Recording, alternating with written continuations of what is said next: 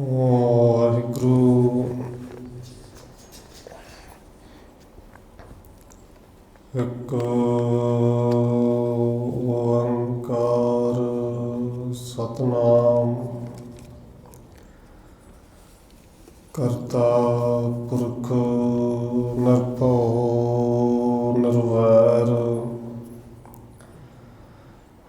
ਅਕਾਲ ਮੂਰਤ ਅਜੂਨੀ ਸੈਭੰ ਗੁਰ ਪ੍ਰਸਾਦ ਜਿਤਾ ਜੀਉ ਪਿੰਡ ਸਭ ਤੇਰਾ ਤੂੰ ਅੰਤਰਜਾਮੀ ਪੁਰਖ ਭਗਵਾਨ ਦਾਸਨ ਦਾਸ ਕਹਿ ਜਨ ਨਾਨਕ ਜਿਹਾ ਤੂੰ ਕਰਾਹੇ ਤਿਹਾ ਹਉ ਕਰੀ ਵਖਿਆਣ ਸੋ ਕਹੋ ਟਲ ਗੁਰ ਸੇਵੀਐ ਅਹਨਸ ਸਹਿਜ ਸੁਭਾਏ ਦਰਸ਼ਨ ਪਰਸੈ ਗੁਰੂ ਕਾ ਜਨਮ ਮਰਨ ਦੁਖ ਜਾਏ ਹੋਵੈ ਸਿਫਤ ਖਸਮ ਦੀ ਨੂਰ ਅਰਸੋਂ ਕੁਰਸੋਂ ਚਟਿਐ ਤੁਧ ਡਿਟੇ ਸੱਚੇ ਪਾਤਸ਼ਾਹ ਮਲ ਜਨਮ ਜਨਮ ਦੀ ਕੱਟੀਐ ਸੱਜਣ ਸੱਚਾ ਪਾਤਸ਼ਾਹ ਸਿਰ ਸ਼ਾਹਾਂ ਦੇ ਸ਼ਾਹ ਜਿਸ ਪਾਸ ਬੈਠਿਆ ਸੋਹੀਐ ਸਭਨਾ ਦਾ ਵੇਸਾ ਸੱਜਣ ਸੱਚਾ ਪਾਤਸ਼ਾਹ ਸਿਰ ਸ਼ਾਹਾਂ ਦੇ ਸ਼ਾਹ ਜਿਸ ਪਾਸ ਬੈਠਿਆ ਸੋਹੀਐ ਸਭਨਾ ਦਾ ਵੇਸਾ ਵਾਹਿਗੁਰੂ ਸਾਹਿਬ ਜੀ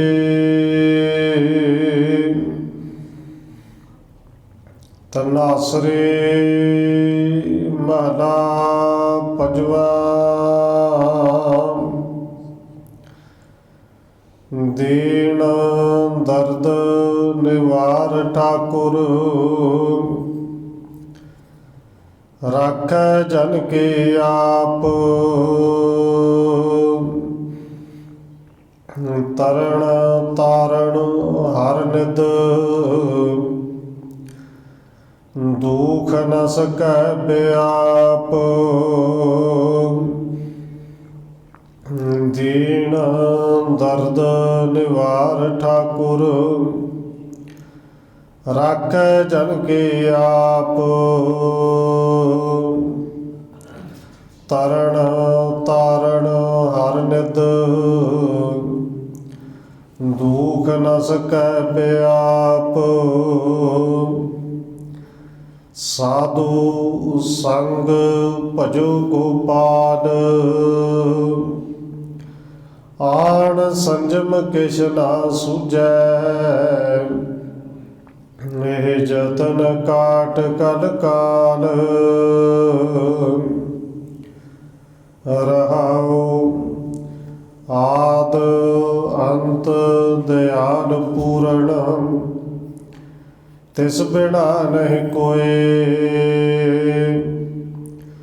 ਜਨਮ ਮਰਨ ਨਿਵਾਰ ਹਰ ਜਪ ਸਿਮਰ ਸੁਆਮੀ ਸੋਏ ਵੇਦ ਸਿਮਰਤ ਕਥਾ ਸ਼ਾਸਤ ਭਗਤ ਕਰੈ ਵਿਚਾਰ ਮੁਕਤ ਪਾਈਐ ਸਾਧ ਸੰਗਤ ਬਿਨ ਸਜਾਏ ਅੰਧਾਰ चरण कमल आधार जन का, रास पूंजी एक ताण मान दी बाण साचा, नानक की प्रभ टेको। चरण कमल आधार जन का, रास पूंजी एक ताण मान दी बाण साचा, नानक की प्रभ टेको। वाहिगुरु जी का खालसा, वाहिगुरु जी की फतेह। परम सन्मानयोग सतगुरु चवर छतर तखत दे मालक हाजरा हजूर जहरा जहूर शब्द गुरु जुगों जुग अटल सतगुरु धन श्री गुरु ग्रंथ साहिब महाराज सच्चे पातशाह जी की पावन पवित्र हजूरी अंदर जुड़ बैठे सतसंगी जनों, आप जी वडभागी हो जो सत्कारयोग धन माता राजकौर जी के पावन अस्थान गुरुद्वारा मंजी साहिब विखे अमृत वेले के दीवाना दी हाजरियां भर रहे हो। आओ रोजाना की तरह सतगुरु की बख्शिश किए हुए पावन हुक्म के विचार के नाल सांझ पाउण तो पहला असीस बख्शिश करो जी। रसना नूं करो पवित्र, जितने भी जुड़ बैठे हो लवाओ हाजरी सारे आखो जी। वाहिगुरु जी का खालसा, वाहिगुरु जी की फतेह। तनासरे महला पंजवा, दीन दर्द निवार ठाकुर, राखै जन के आप।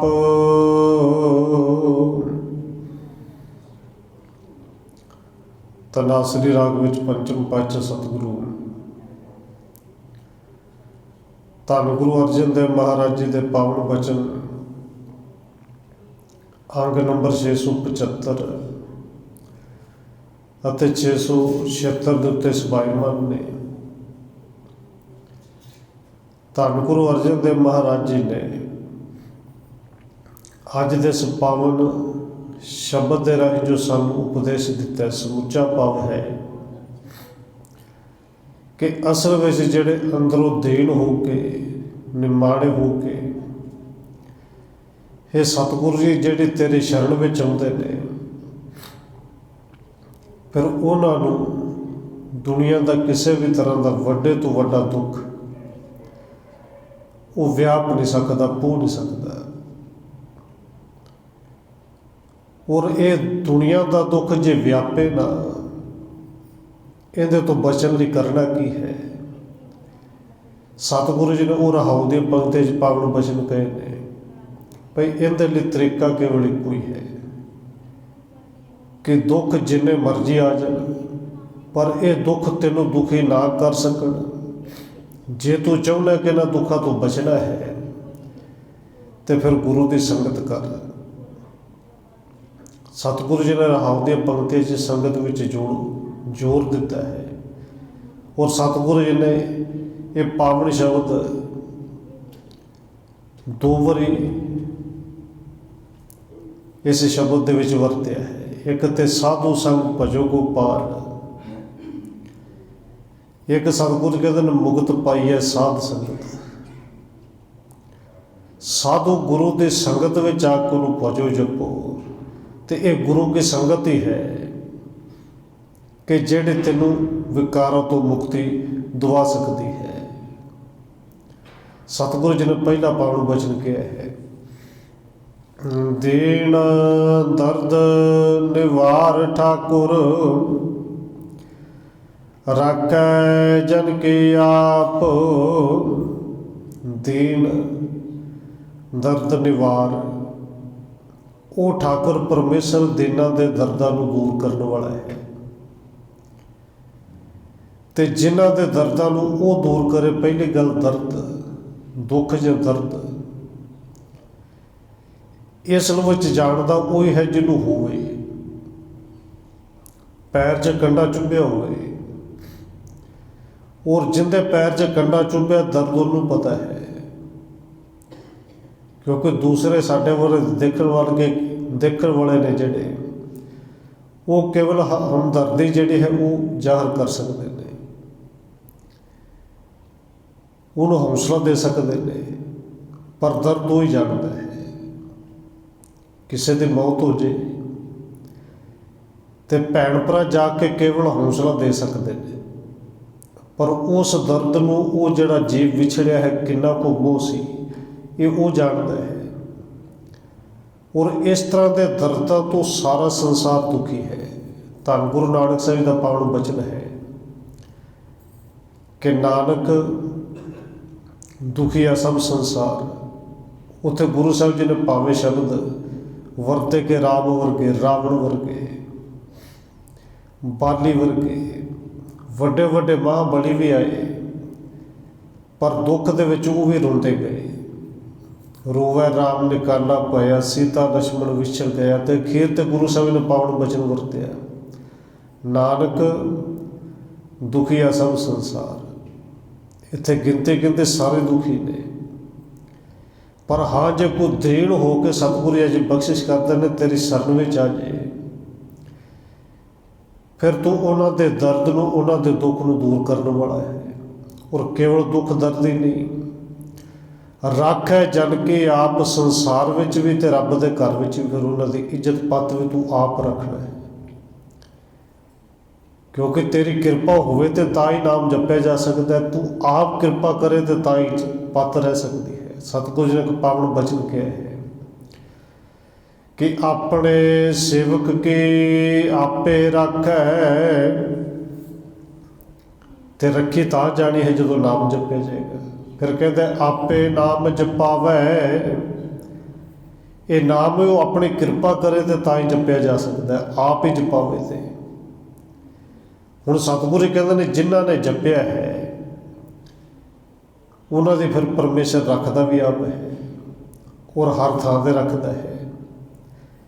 ਸਤਿਗੁਰੂ ਜੀ ਦਾ ਪਾਵਨ ਬਚਨ ਹੈ, ਪੰਚਮ ਪਾਤਸ਼ਾਹ ਦਾ ਪਾਵਨ ਬਚਨ ਪੜ੍ਹਦੇ ਹਾਂ ਕਿ ਤਾਤੀ ਵਾਉ ਨਾ ਲੱਗ ਗਈ, ਪਾਰ ਬ੍ਰਹਮ ਸਰਣਾਈ ਚਉ ਗਿਰਦ ਹਮਾਰੇ ਰਾਮ ਕਰ, ਦੁੱਖ ਲੱਗੇ ਨਾ ਪਾਈ। ਤੇ ਕਿੰਨਾ ਜਿਨ੍ਹਾਂ ਨੂੰ ਉਹ ਆਪਣਾ ਕਰਕੇ ਰੱਖ ਲੈਂਦਾ ਹੈ, ਜਿਹੜੇ ਉਹਦੇ ਬਣ ਜਾਂਦੇ ਨੇ, ਔਰ ਜਿਹੜੇ ਉਹਦੇ ਬਣ ਜਾਂਦੇ ਨੇ ਦੀਨ ਹੋ ਕੇ ਸ਼ਰਨ ਵਿੱਚ ਆਉਂਦੇ ਨੇ। ਫਿਰ ਸਤਿਗੁਰੂ ਧੰਨ ਗੁਰੂ ਅਰਜਨ ਦੇਵ ਜੀ ਦਾ ਇੱਕ ਪਾਵਨ ਬਚਨ ਹੋਰ ਹੈ ਕਿ ਗੁਰੂ ਕੇ ਸਿੱਖੋ ਭਰੋਸਾ ਕਰ ਲਿਓ। ਉਹ ਹੁਕਮ ਰੂਪ ਦੇ ਵਿੱਚ ਵੀ ਸ਼ਬਦ ਹੁੰਦਾ ਹੈ, ਔਰ ਤਕਰੀਬਨ ਸਭ ਸਿੱਖ ਸੰਗਤਾਂ ਨੂੰ ਯਾਦ ਵੀ ਹੈ। ਔਖੀ ਘੜੀ ਨਾ ਦੇਖਣ ਦੇਈ, ਉਹ ਔਖੀ ਘੜੀ ਵੇਖਣ ਦਿੰਦਾ ਹੀ ਨਹੀਂ। ਔਖੀ ਘੜੀ ਨਾ ਦੇਖਣ ਦੇਈ, ਬਿੰਦੀ ਲਾ ਕੇ ਪਾਠ ਨਹੀਂ ਕਰਨਾ, ਬਿੰਦੀ ਲਾ ਕੇ ਤੇ ਉਹ ਜਗ੍ਹਾ ਕਿ ਅਰਦਾਸ ਕੀਤੀ ਸਾਨੂੰ ਔਖੀ ਘੜੀ ਨਾ ਵੇਖਣ ਦੇਵੋ। ਪਰ ਧੰਨ ਗੁਰੂ ਅਰਜਨ ਦੇਵ ਜੀ ਤੇ ਗਰੰਟੀ ਦਿੰਦੇ ਨੇ ਪਰ ਨਹੀਂ, ਉਹ ਵੇਖਣ ਦਿੰਦਾ ਹੀ ਨਹੀਂ। ਔਖੀ ਘੜੀ ਨਾ ਦੇਖਣ ਦੇਈ, ਆਪਣਾ ਬਿਰਦ ਸੰਭਾਲੇ। ਹੁਣ ਔਖੀ ਘੜੀ ਅਸਲ ਵਿੱਚ ਸਿੱਖ ਵਾਸਤੇ ਕਿਹੜੀ ਹੈ? ਕਿਉਂਕਿ ਸਿੱਖ ਤਿਆਰਿਆਂ ਦੇ ਨਾਲ ਵੀ ਚੀਰਿਆ ਗਿਆ, ਸਿੱਖ ਨੂੰ ਤੇ ਦੇਗ ਦੇ ਵਿੱਚ ਵੀ ਉਬਾਲਿਆ ਗਿਆ। ਪਰ ਅਸਲ ਵਿੱਚ ਇਹ ਔਖੀ ਘੜੀ ਨਹੀਂ। ਔਖੀ ਘੜੀ ਉਹ ਹੈ ਕਿ ਜਦੋਂ ਕੋਈ ਸਿੱਖ ਆਪਣੇ ਈਮਾਨ ਤੋਂ ਡੋਲਣ ਲੱਗੇ। ਔਖੀ ਘੜੀ ਉਹ ਹੈ ਕਿ ਜਦੋਂ ਮਨ ਇਹ ਜਿਹੜਾ ਉਹ ਡੋਲ ਜਾਏ। ਹੁਣ ਸੌਖੀ ਜਿਹੀ ਉਦਾਹਰਨ ਲੈਣੀ ਹੋਵੇ ਕਿ ਲੱਖ ਰੁਪਈਆ ਤਨਖਾਹ ਹੈ, ਦਫ਼ਤਰ 'ਚ ਬੈਠਾ ਕੰਮ ਕਰ ਰਿਹਾ ਹੈ, ਰਿਸ਼ਵਤ ਆ ਗਈ ਕਿ 2 ਲੱਖ ਰੁਪਈਆ ਲੈ ਲੈ, ਮੇਰਾ ਕੰਮ ਕਰ ਦੇ। ਹੁਣ ਵਿਚਾਰ ਤੇ ਬੰਦੇ ਦੇ ਹਰ ਇੱਕ ਦੇ ਅੰਦਰ 2 ਤਰ੍ਹਾਂ ਦੇ ਹੁੰਦੇ ਨੇ ਨਾ ਜੀ, ਇੱਕ ਚੰਗਾ ਤੇ ਇੱਕ ਮਾੜਾ। ਹੁਣ ਜੇ ਤੇ ਗੁਰੂ ਨੂੰ ਪਿਆਰ ਕਰਨ ਵਾਲਾ ਹੈ, ਗੁਰੂ ਦੇ ਸਿਧਾਂਤਾਂ 'ਤੇ ਚੱਲਣ ਵਾਲਾ ਹੈ, ਤੇ ਫੁਰਨੇ ਦੋਵੇਂ ਉੱਠਣਗੇ। ਔਰ ਉਸ ਵੇਲੇ ਇੱਕ ਮਨ ਅੰਦਰੋਂ ਕਹੇਗਾ ਕਿ ਮਹੀਨੇ ਬਾਅਦ ਲੱਖ ਮਿਲਣਾ, 2 ਲੱਖ ਇਕੱਠੇ ਮਿਲਦਾ ਪਿਆ ਹੈ, ਫੜ। ਇਹਨੂੰ ਕਹਾਂਗੇ ਕਿ ਨੈਗੇਟਿਵ ਫੁਰਨਾ ਹੈ। ਤੇ ਦੂਸਰਾ ਇਹ ਹੈ ਕਿ ਮੇਰੇ ਗੁਰੂ ਨੇ ਸਿਖਾਇਆ ਕਿ ਨਹੀਂ ਭਾਈ, ਹੱਕ ਪਰਾਇਆ ਨਾਨਕਾ। ਹੁਣ ਜਿਵੇਂ ਦੀ ਮਨੁੱਖ ਦੀ ਸੋਚ ਹੋਵੇਗੀ, ਉਹ ਉਵੇਂ ਦਾ ਫੁਰਨਾ ਉਹਦੇ 'ਤੇ ਭਾਰੀ ਪੈ ਜਾਏਗਾ, ਉਸੇ ਤਰ੍ਹਾਂ ਚੱਲ ਪਏਗਾ। ਗੁਰੂ ਸਾਹਿਬ ਤੇ ਸੂਚਨਾ ਦਿੰਦੇ ਨੇ, ਇਸੇ ਤਰ੍ਹਾਂ ਰੱਖਦੇ ਨੇ ਕਿ ਉਸੇ ਵੇਲੇ ਚੇਤੇ ਕਰਾਉਂਦੇ ਨੇ, ਭਾਈ ਨਹੀਂ, ਉਹ ਤੱਤੀ ਵਾਰ ਨਹੀਂ ਲੱਗਣ ਹੀ ਨਹੀਂ ਦਿੰਦਾ, ਵੇਖਣ ਹੀ ਨਹੀਂ ਦਿੰਦਾ ਔਖੀ ਘੜੀ। ਔਖੀ ਘੜੀ ਨਾ ਦੇਖਣ ਦੇ, ਆਪਣਾ ਬਿਰਦ ਸੰਭਾਲੇ। ਤੇ ਅੱਜ ਗੁਰੂ ਸਾਹਿਬ ਨੇ ਬਚਨ ਕੀਤਾ ਹੈ, ਦੀਨ ਦਰਦ ਨਿਵਾਰ ਠਾਕੁਰ, ਰਾਖੈ ਜਨ ਕੇ ਆਪ। ਤੇ ਕਿਵੇਂ ਰੱਖਦਾ ਹੈ ਜੀ? ਪੰਚਮ ਪਾਤਸ਼ਾਹ ਦੇ ਇੱਕ ਪਾਵਨ ਬਚਨ ਹੋਰ ਹੈ, ਅਣਗਿਣਤ ਬਚਨ ਗੁਰੂ ਸਾਹਿਬ ਜੀ ਨੇ ਕੀਤੇ ਨੇ। ਕਹਿੰਦੇ ਪਰਮੇਸ਼ਰ ਦਿੱਤਾ ਬੰਨਾ, ਦੁੱਖ ਰੋਗ ਕਾ ਡੇਰਾ ਪੰਨਾ। ਇਹ ਡੇਰਾ ਸ਼ਬਦ ਅਸਲ ਵਿੱਚ ਦੁੱਖ ਤੇ ਰੋਗ ਜਿਹੜੇ ਅੰਦਰ ਡੇਰਾ ਲਾ ਕੇ ਬੈਠੇ ਨੇ, ਇਹ ਦੁੱਖ ਕਿਤੇ ਦੁੱਖਾਂ ਕਰਕੇ ਥੋੜ੍ਹੀ ਆਉਂਦੇ ਨੇ। ਬੰਦਾ ਜਿਹੜਾ ਦੁਖੀ ਹੁੰਦਾ, ਦੁੱਖਾਂ ਕਰਕੇ ਨਹੀਂ ਹੁੰਦਾ ਜੀ, ਦੁੱਖਾਂ ਕਰਕੇ ਬਹੁਤ ਘੱਟ, ਆਪਣੇ ਵਿਚਾਰਾਂ ਕਰਕੇ ਹੋ ਜਾਂਦਾ ਹੈ। ਦੇਖੋ, ਜੋ ਸਮਾਂ ਹਜੇ ਆਇਆ ਹੀ ਨਹੀਂ, ਉਹ ਪਤਾ ਨਹੀਂ ਆਉਣਾ ਕਿ ਨਹੀਂ ਆਉਣਾ, ਉਹਦੇ ਬਾਰੇ ਵਿੱਚ ਸੋਚ ਸੋਚ ਕੇ ਦੁਖੀ ਹੋਈ ਜਾਣਾ। ਸਾਨੂੰ ਬਹੁਤ ਸਾਰੇ ਐਸੇ ਮਿਲਦੇ ਨੇ ਜੀ ਕਿ ਧੀ ਪੁੱਤਰ ਨਹੀਂ ਹੋਇਆ। ਹੁਣ ਧੀ ਪੁੱਤਰ ਨਹੀਂ ਹੋਇਆ ਤੇ ਇਸ ਕਰਕੇ ਸੋਚ ਸੋਚ ਕੇ ਦੁਖੀ ਹੋ ਜਾਣਾ ਕਿ ਬੁਢਾਪੇ ਵਿੱਚ ਸਾਨੂੰ ਸਾਂਭੇਗਾ ਕੌਣ। ਵਿਚਾਰਾਂ ਕਰਕੇ ਦੁਖੀ ਹੋ ਰਿਹਾ ਨਾ ਜੀ। ਪਰ ਜੇ ਵਿਚਾਰ ਗੁਰੂ ਵਾਲੇ, ਗੁਰੂ ਦੇ ਮੱਤ ਲੈ ਕੇ, ਗੁਰੂ ਦੇ ਮੱਤ ਨੂੰ ਧਾਰਨ ਕਰਕੇ ਉਹ ਵਿਚਾਰ ਸੋਚੇ, ਤੇ ਆਪਣੇ ਗਵਾਂਢੀਆਂ ਵੱਲ ਦੇਖੇ ਕਿ ਜਿਨ੍ਹਾਂ ਦੇ ਕੋਈ ਚਾਰ ਨੇ, ਛੱਡ ਕੇ ਤੇ ਉਹ ਵੀ ਬਿਰਧ ਆਸ਼ਰਮ 'ਚ ਆ ਗਏ ਨੇ, ਘਰੋਂ ਤੇ ਉਹਨਾਂ ਵੀ ਕੱਢ ਦਿੱਤਾ, ਰੋਟੀ ਉਹਨਾਂ ਨੂੰ ਨਹੀਂ ਮਿਲਦੀ। ਵੀ ਜਿਹੜਾ ਸਮਾਂ ਆਇਆ ਹੀ ਨਹੀਂ, ਪਹਿਲਾਂ ਤੂੰ ਉਹਨੂੰ ਸੋਚ ਸੋਚ ਕੇ ਦੁਖੀ ਹੋਈ ਜਾਏ। ਸਤਿਗੁਰੂ ਜੀ ਕਹਿੰਦੇ ਨੇ, ਅਸਲ ਵਿਚਾਰਾਂ ਕਰਕੇ ਗੁਰੂ ਸਾਹਿਬ ਜੀ ਨੇ ਵਿਚਾਰ ਹੀ ਇੰਨੇ ਪੋਜ਼ਿਟਿਵ ਦੇ ਦਿੱਤੇ ਕਿ ਦੁੱਖ ਆ ਵੀ ਜਾਏ ਤੇ ਤਾਂ ਵੀ ਪਰਵਾਹ ਨਹੀਂ, ਫਿਰ ਦੁੱਖਾਂ ਦਾ ਡੇਰਾ ਰਹੇਗਾ ਕਿੱਥੇ ਜੀ। ਜਿਹਨੇ ਸੱਚਮੁੱਚ ਹਿੰਮਤ ਕਰਕੇ ਕਹਿ ਦਿੱਤਾ ਕਿ ਸਤਿਗੁਰੂ ਜੀ ਸੁਖ ਦੇਹਿ ਤਾਂ ਤੁਝੇ ਆਰਾਧੀ, ਦੁੱਖ ਵੀ ਤੁਝੇ ਤੇ ਆਈ, ਉੱਥੇ ਦੁੱਖ ਕੀ ਵਿਗਾੜ ਦੇਗਾ। ਗੁਰੂ ਸਾਹਿਬ ਨੇ ਦੁੱਖਾਂ ਦੇ ਵੱਲੋਂ, ਵਿਕਾਰਾਂ ਦੇ ਵੱਲੋਂ ਇਹ ਅੱਗੋਂ ਬੰਨ ਲਾ ਦਿੱਤੀ, ਵਿਚਾਰ ਇਵੇਂ ਦੇ ਅੰਦਰ ਆਵੇ ਹੀ ਨਾ। ਦੀਨ ਦਰਦ ਨਿਵਾਰ ਠਾਕੁਰ, ਰਾਖੈ ਜਨ ਕੇ ਆਪ। ਤਰਨ ਤਾਰਨ ਹਰ ਨਿਧ, ਦੁੱਖ ਨ ਸਕੈ ਬਿਆਪ। ਹੁਣ ਸਤਿਗੁਰੂ ਜੀ ਨੇ ਅੱਗੇ ਕਿਰਪਾ ਕਰਕੇ ਮੋਹਰ ਵੀ ਲਾਈ ਹੈ। ਇਹ ਨਹੀਂ ਕਿਹਾ ਕਿ ਦੁੱਖ ਤੇਰੇ ਕੋਲ ਆਏਗਾ ਹੀ ਨਹੀਂ। ਬਸ ਜੇ ਤੂੰ ਗੁਰੂ ਵਾਲਾ ਹੋ ਗਿਆ, ਗੁਰੂ ਦੇ ਵਿਚਾਰ ਧਾਰਾ ਨੂੰ ਅੰਦਰ ਧਾਰਨ ਕਰ ਲਿਆ, ਤੇ ਸਤਿਗੁਰੂ ਜੀ ਕਹਿੰਦੇ ਨੇ ਦੁੱਖ ਨਾ ਸਕੇ ਬਿਆਪ, ਕਿਉਂਕਿ ਗੁਰੂ ਮੇਰਾ ਜਹਾਜ਼ ਵੀ ਆਪ ਹੈ, ਇਸ ਨਾਮ ਦੇ ਜਹਾਜ਼ ਨੂੰ ਚਲਾਉਣ ਵਾਲਾ ਮਲਾਹ ਵੀ ਆਪ ਹੈ। ਬਸ ਤੂੰ ਇਸ ਨਾਮ ਦੇ ਜਹਾਜ਼ ਦੇ ਵਿੱਚ ਇੱਕ ਵਾਰੀ ਚੜ੍ਹ ਜਾ, ਦੁੱਖ ਤੇਰਾ ਵਿਗਾੜ ਕੁਝ ਨਹੀਂ ਸਕਣਗੇ। ਦੁੱਖ ਨਾ ਸਕੇ ਵਿਆਪ, ਦੁੱਖ ਤੈਨੂੰ ਦੁੱਖ ਹੀ ਨਹੀਂ ਕਰ ਸਕਣਗੇ। ਔਰ ਇਹ ਨਹੀਂ ਕਿਹਾ ਕਿ ਦੁੱਖ ਨਹੀਂ ਆਏਗਾ, ਇਹ ਤੇ ਸਤਿਗੁਰੂ ਜੀ ਨੇ ਪਾਵਨ ਬਚਨ ਬਾਣੀ ਦੇ ਵਿੱਚ ਸਗੋਂ ਕਹੇ ਨੇ ਵੀ ਜੇ ਤੇਰੇ ਕੋਲ ਸਰੀਰ ਹੈ, ਤੂੰ ਘਰ ਗ੍ਰਸਤੀ ਦੇ ਵਿੱਚ ਰਹਿਣਾ ਹੈ, ਤੇ ਦੁੱਖ ਤੇ ਆਉਣਗੇ, ਇੱਕ ਵਾਰੀ ਨਹੀਂ ਬਾਰ-ਬਾਰ ਆਉਣਗੇ। ਨਾ ਹੀ ਸਦਾ ਸੁੱਖ ਰਹਿਣੇ ਨੇ, ਨਾ ਹੀ ਸਦਾ ਦੁੱਖ ਰਹਿਣੇ ਨੇ। ਤੇ ਫਿਰ ਜਿਹੜੇ ਸਦਾ ਰਹਿਣੇ ਹੀ ਨਹੀਂ, ਉਹਨਾਂ ਦੇ ਵਿੱਚ ਲੀਨ ਕਿਉਂ ਹੋਣਾ, ਉਹਨਾਂ ਦੇ ਵਿੱਚ ਪੈ ਕੇ ਦੁਖੀ ਕਿਉਂ ਹੋਣਾ। ਸਤਿਗੁਰੂ ਜੀ ਦਾ ਪਾਵਨ ਬਚਨ ਹੈ ਨਾ ਜੀ ਕਿ ਦੁੱਖ ਸੁੱਖ ਦੋਏ ਦਰ ਕੱਪੜੇ, ਪਹਿਰੇ ਜਾਏ ਮਨੁੱਖ। ਤੇ ਜੇ ਬੰਦਾ ਸਿਆਲ ਵਾਲੇ ਕੱਪੜੇ ਗਰਮੀ 'ਚ ਨਹੀਂ ਪਾ ਸਕਦਾ, ਗਰਮੀ ਵਾਲੇ ਸਿਆਲ 'ਚ ਨਹੀਂ ਪਾ ਸਕਦਾ, ਤੇ ਭਾਈ ਦੁੱਖ ਸੁੱਖ ਸਦਾ ਹੀ ਆਉਣੇ ਜਾਣੇ ਨੇ, ਇਹ ਸਦਾ ਥੋੜ੍ਹੀ ਰਹਿਣੇ ਨੇ। ਅੱਜ ਸੁੱਖ ਹੈ, ਕੱਲ੍ਹ ਦੁੱਖ ਆਏਗਾ। पर गुरु साहब जी कहते ने दुख ना सके व्याप आप आवे जाए पर दुखी नहीं कर सकेगा। क्यों जी? ये दुख दुखी ना कर सके, इस दुख तो बचने का कोई तरीका है कि दुख आप आवे जाए पर दुखी ना करे, ये कोई तरीका है जी? तो सतगुरु जी ने फिर राहु दी पंक्तियां समझाया, ये तरीका भी केवल एक ही है कि साधु संग भजो गोपाल। साधु, इत्थे साधु शब्द गुरु भी वरते हैं। गुरु की संगत जान जिन्होंने मन को साध लिया, साध्या होया दी संगत, ये जिन्हों आप सत संगत कहते हैं, एक कोई तरीका है। कहते साधु संग भजो गोपाल, गुरु की संगत विच मिल के भजो।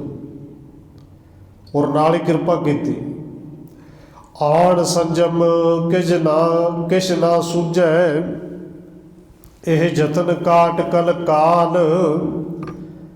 भाई होर किसी भी तरह का संजम कोई तरीका सूझदा ही नहीं, है ही नहीं, होर दूजा तरीका कोई है ही नहीं कि जेड़े इन्हां दुखों तो बचा जाए। कोई तरीका गुरु की संगत। और इस संगत को सतगुरु जी ने इन्नी विशेषता दी, इन्नी महानता दी। धन गुरु अर्जन देव जी के पावन बचन ने भी जिथे गुरु की संगत होंदी होवे ना, दुख के नेड़े की आना। उत्थे कहते जिन्हों लोग सब तो वड्डा दुख मनते हैं मौत का, जां सब तो वड्डा दुख मनते हैं मौत के उन्होंने दूतां का।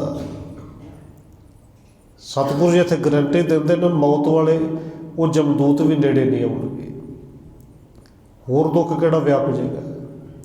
सतगुरु जी कहते हैं कि जिथे जह साधु गोबिंद भजन, कीर्तन नानक नीत। जिथे उस गोबिंद परमेश्वर का भजन हुंदा होवे, उहदी कीर्ति हुंदी होवे, कीर्तन हुंदा होवे, जिथे बैठ के इक्को नाम जपिया जांदा होवे, उत्थे ते धर्मराज भी कहता दूतां नूं इन्हां दे नेड़े ना जाओ, जे गए तो तुसीं छुटना नहीं, ना ही मैं छुटना है। तुसीं इन्हां नूं कि बनना, आप बचे जाओगे, मारे जाओगे। सतगुरु का पावन बचन है। कहते जय गोबिंद भजन कीर्तन नानक नीत, उड़ा तू नह छुट है, निकट न जाइयो दूत। भाई उन्होंने के नेड़े न जाओ। और सतगुरु जी ने कृपा की है, सानू बार बार समझाया बड़ा। कहते मेरे माधो जी, रोज़ पढ़ते शाम को रहरास रस के पाठ दे विच, मेरे माधो जी सत संगत मिले सो तरिया। तरीका एक ही है, सत संगत, गुरु की संगत। और भट्ट साहब जी ने अपने जीवन के अनुभव के विच गल कह दी कि तरीके बड़े यतन किए, होर किसी तरीके नाल बच जावांगे। पर भट्ट कीरत जी कहते हैं सतगुरु धन गुरु रामदास जी बड़िया थावां ते गए, बड़े घूमे, पर तरीका जे लभ्या तो केवल एक ही लभ्या, तेरी संगत, तेरी शरण। और सब तो उत्तम तरीका है जिन्हों आप पढ़ने मंगलाचरण के विच भी भट्ट साहब जी कहते हैं, एक उत्तम पंथ सुनियो गुर संगत। बड़ा उत्तम पंथ है जी, बड़ा उत्तम रस्ता है गुरु की संगत। अज सतगुरु जी कहते हैं साधु संग भजो गोपाल। तो भट्ट साहब जी कहते हैं एक उत्तम पंथ सुनियो गुर संगत, तेह मलंत जम त्रास मिटाए। आ छोटे मोटे रोग दुख तो किहड़ी गल, कहते जमा की त्रास भी मिट जाती है, जमा का डर भी खत्म हो जाता है। एक उत्तम पंथ सुनियो गुर संगत, तेह मलंत जम त्रास मिटाए। एक अरदास भाट कीरत के, गुर रामदास राखो शरणाए। भट्ट कीरत जी कहते हैं सतगुरु धन गुरु रामदास सच्चे पातशाह जी अपनी संगत में रखो, अपनी शरण में रखो, क्योंकि साधु संग भजो गोपाल, गुरु की संगत है ही बड़ी उत्तम।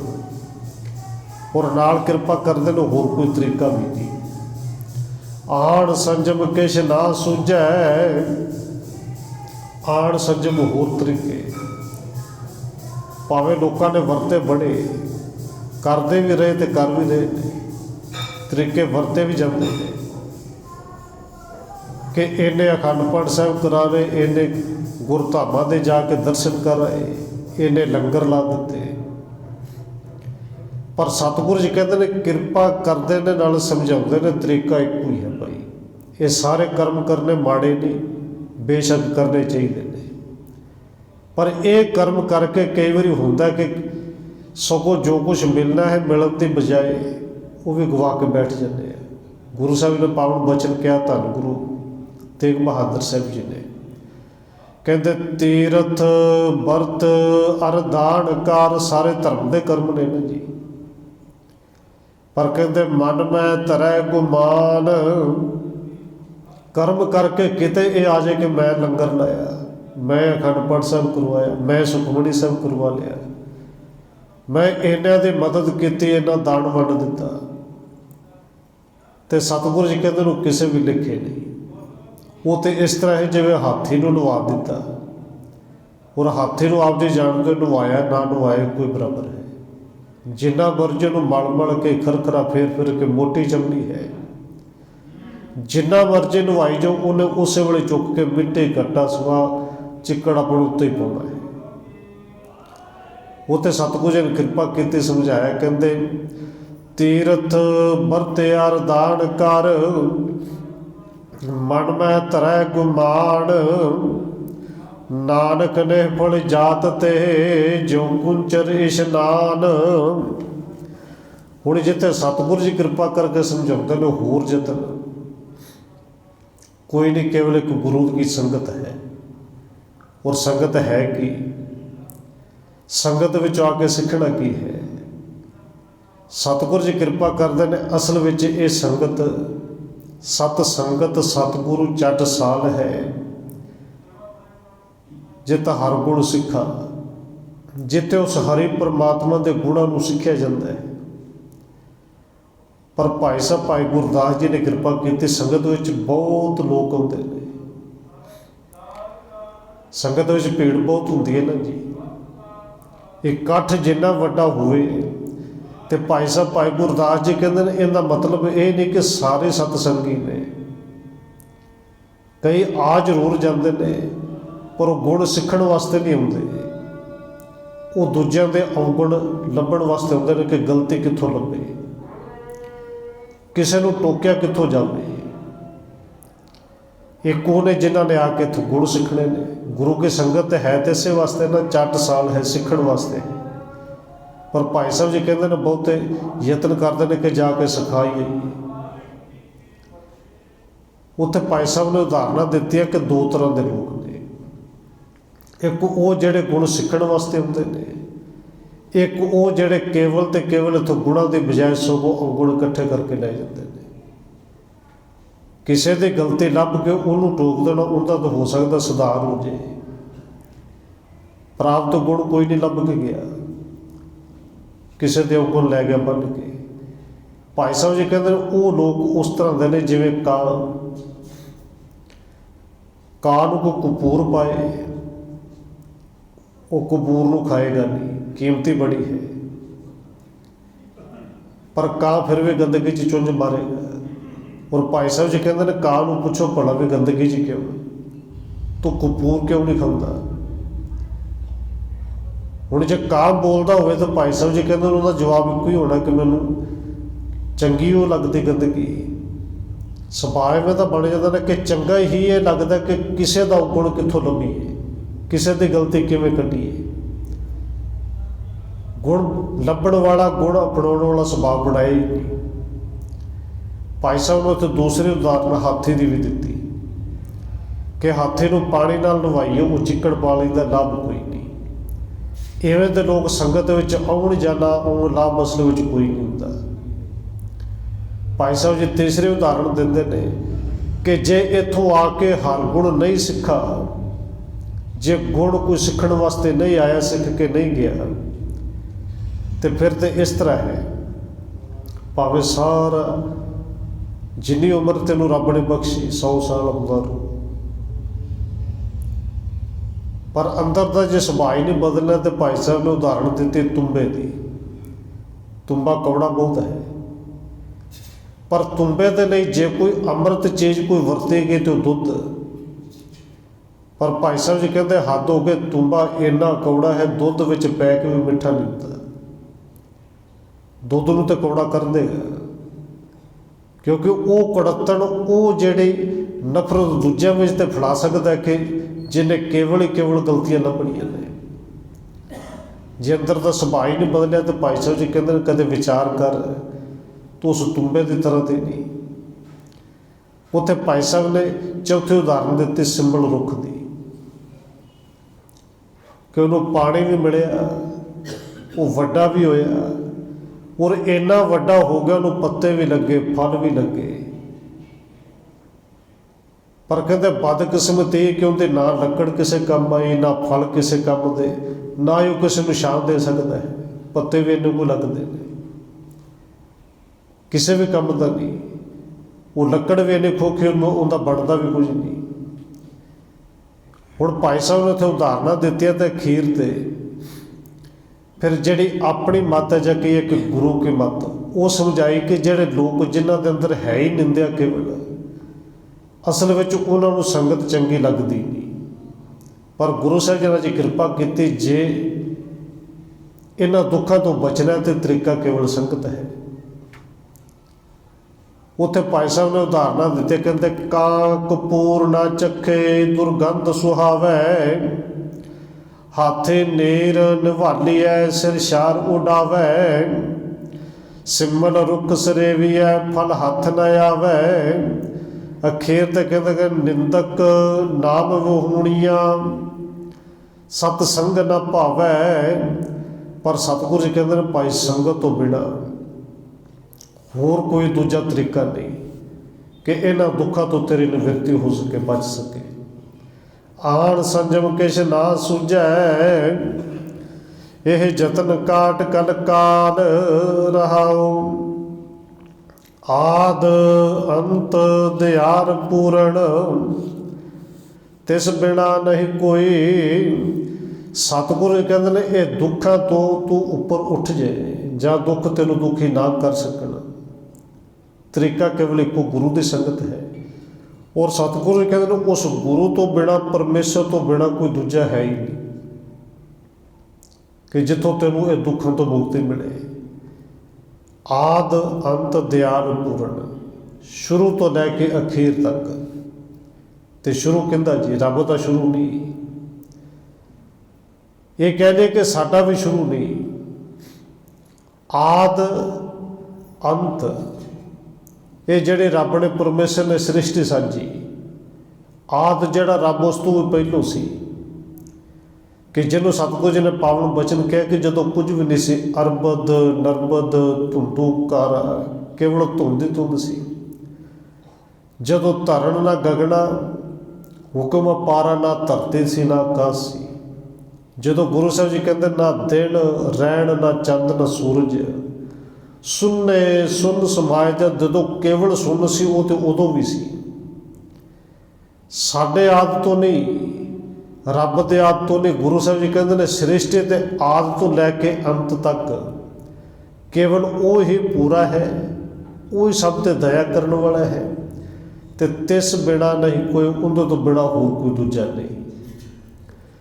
ਇਸ ਕਰਕੇ ਸਤਿਗੁਰੂ ਕਹਿੰਦੇ ਨੇ ਭਾਈ ਉਹਦੀ ਸ਼ਰਨ ਵਿੱਚ ਆ। ਜਨਮ ਮਰਨ ਨਿਵਾਰ ਹਰ ਜਪ, ਸਿਮਰ ਸੁਆਮੀ ਸੋਏ। ਕਿਹੜਾ ਸੋਏ ਸੁਆਮੀ ਜੀ? ਜਿਹੜਾ ਆਦਿ ਅੰਤ ਪੂਰਨ ਹੈ, ਉਹਨੂੰ ਸਿਮਰ, ਉਹਨੂੰ ਜਪ, ਉਹਨੂੰ ਸਿਮਰ ਕੇ ਜਪ ਕੇ ਇਹ ਜਨਮ ਮਰਨ ਦਾ ਜਿਹੜਾ ਦੁੱਖ ਹੈ ਇਹਨੂੰ ਕੱਟ ਲੈ, ਇਹ ਜਨਮ ਮਰਨ ਦੇ ਚੱਕਰ ਨੂੰ ਖਤਮ ਕਰ ਲੈ। ਸਤਿਗੁਰੂ ਜੀ ਨੇ ਕਿਰਪਾ ਕੀਤੀ। ਜਨਮ ਮਰਨ ਨਿਵਾਰ ਹਰ ਜਪ, ਕਿਉਂਕਿ ਜੰਮਣਾ ਮਰਨਾ ਕਿਸੇ ਦੇ ਆਪਣੇ ਵੱਸ ਵਿੱਚ ਨਹੀਂ। ਇਹ ਜਨਮ ਮਰਨ ਕੱਟਣਾ ਵੀ ਕਿਸੇ ਦੇ ਆਪਣੇ ਵੱਸ ਵਿੱਚ ਨਹੀਂ। ਔਰ ਸਤਿਗੁਰੂ ਧੰਨ ਗੁਰੂ ਨਾਨਕ ਸਾਹਿਬ ਜੀ ਨੇ ਪਾਵਨ ਬਚਨ ਕਹੇ ਨੇ ਕਿ ਜੰਮਣਾ चलो अपने वस में नहीं, कई सोचते होंगे, विचार कर लेते ना, मर तो बंदा सकता ही है, पर धन गुरु नानक साहब जी कहते हैं अपने आप मर भी नहीं सकता। सतगुरु का पावन वचन आप पढ़ते हैं कि जोर न जीवन मरण न जोर, अपने जोर नाल कोई चाहे जिन्ना पावे लख चाहे मर जावे, मर ही नहीं सकता। क्योंकि जन्म ते मरण ये दो चीज़ां ने जिहड़ियां केवल ते केवल उस परिपूर्ण परमात्मा के अपने वस में ने। सतगुरु जी कहते हैं बस तू उस परमेश्वर की शरण में आ जा। हाँ, वो चाहे तो तेरा जन्म मरण कट्टिया जा सकता है, पर अपने जोर नाल बड़े जोर तो बड़े लाए जाते हैं जी। किते योगा किया जाता है, सैर की जाती कि मौत आवे ही ना,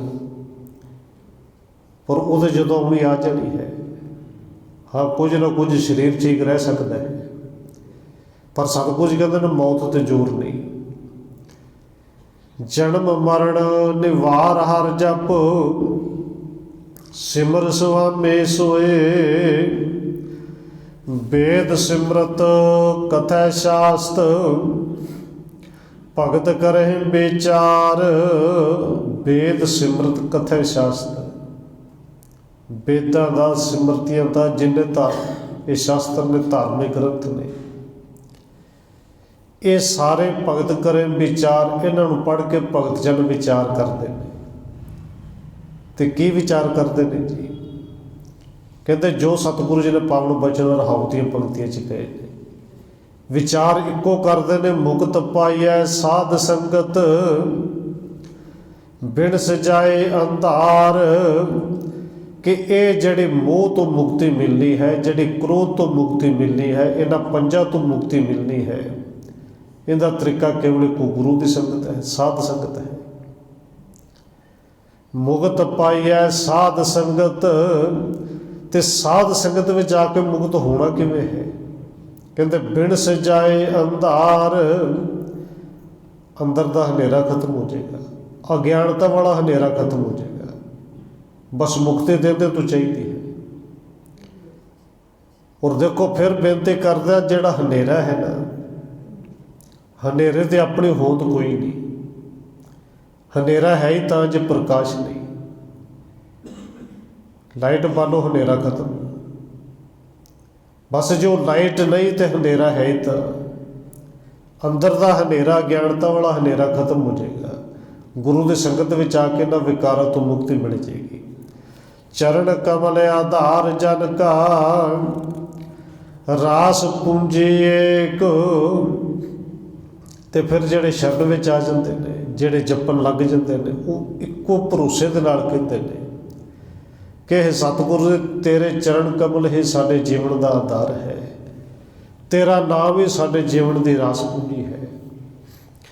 ताण मान दे बाण साचा, नानक के प्रभ टेक। धन गुरु अर्जन देव सच्चे पातशाह कहते हैं उस प्रभु परमेश्वर की सानू टेक है। साडे लई ताण, साडे लई मान ते दिबाण, दिबाण कह ली दरबार। लोग कहते हैं कि फलाने की सरकारी दरबारे बड़ी चलती है, पर धन गुरु अर्जन देव जी सच्चे पातशाह कहते हैं हे सतगुरु हे परमेश्वर जी, कि तेरे दरबार नालों वड्डा भी दरबार हो सकता है। साडे लिए वो दरबार भी तेरा नाम है, साडा मान वो भी तेरा नाम है। जे कोई ताकत साडे कोल है कि नहीं, वो भी तेरे नाम करके है। केवल तेरे नाम का उस प्रभु परमेश्वर का ऊट आसरा जिन्होंने लिया, वो कहते हैं सतगुरु जी कृपा करना, ये ऊट किते आपां भी लईए, नाम का आसरा आपां भी तकीए। तो जिन्हों ने तकिया है, फिर गुरु साहब जी ने शब्द विच समझाया कि दुख आ पावे जाए, वड्डे तो वड्डा भी आ जाए, पर दुख ना सकै व्याप। वो दुख गुरु के सिखा तेनों दुखी नहीं कर सकेगा। सतगुरु जी कृपा करना, गुरु साहब के पावन बचन साडे कहण वाले ते सुनने वाले के हिरदे च वस जाण, हुईआं भुल्लां दी खिमा।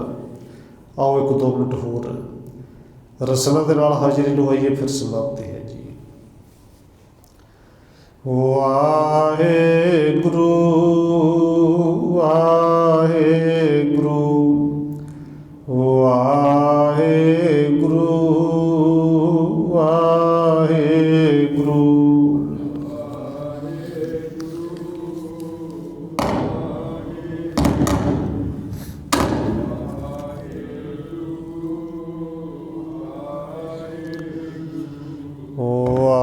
ਵਾਹਿਗੁਰੂ ਵਾਹਿਗੁਰੂ ਵਾਹਿਗੁਰੂ ਵਾਹਿਗੁਰੂ।